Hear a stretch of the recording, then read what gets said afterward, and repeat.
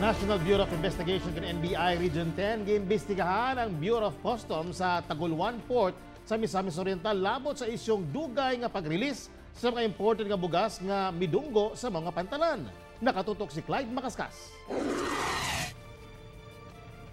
Biyernes sa milabay nga simana, dihang nadiskubrihan sa National Bureau of Investigation ug National Food Authority nga duna di ay tunito niladang mga imported nga bugas ang nakatenga sa Mindanao International Container Terminal sa Taguluan Port. Yung budiga na napuntahan natin, kita natin walang laman. Now, we asked na saan ba napunta yung mga bigas nila. And dito das na meron nga silang bigas but nandun sa nakatingga doon sa port area ng Taguluan. So, kasama namin yung NFA, pupunta kami, in-inspect namin doon sa Taguluan kung totoo baka nagsinungalin lang. Sa dokumentong gipakita sa NFA, maabot sa 220,500 kasako sa bugas ang anaa pa sa Taguluan Port panahon sa ilang inspeksyon. Sumala sa Bureau of Customs, magduha na kasimana nga anaa ang maong bugas sa ila. More or less, we pan out yung laman doon ng bigas doon, mga 220,500 bags yung bigas na hold doon sa MCT. Wala naman tinatago sa kanila. Sinabi naman may bigas. Kaya lang, naka-alert nga, pinaprocess pa lang.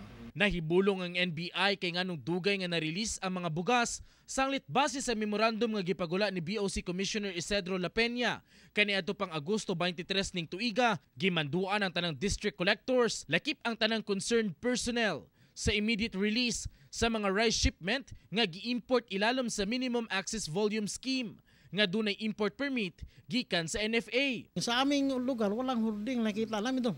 Ang mayroon doon is holding. Na-hold doon sa custom ng Taguluan.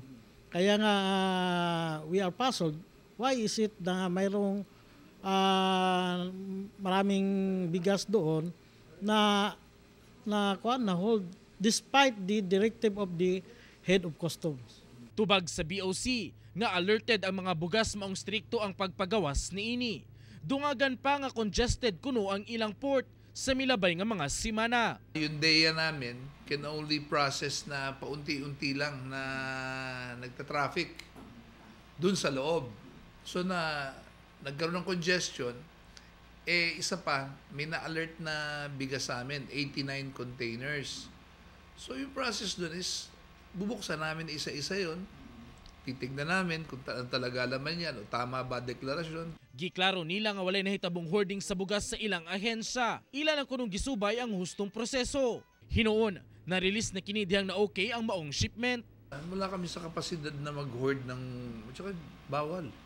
Hindi naman kami gagawa ng ganung bagay na Kaya lang, ang process dito, talagang tinitignan namin yung mga permits. Luyo pa man ni Ana, maglusad ang NBI og investigasyon kalabot sa hitabo aron maklaro kung duna bagayoy kalapasan o mga anomalya sa mga na-hold nga bugas. Ako, si Clyde Macascas para sa One Mindanao.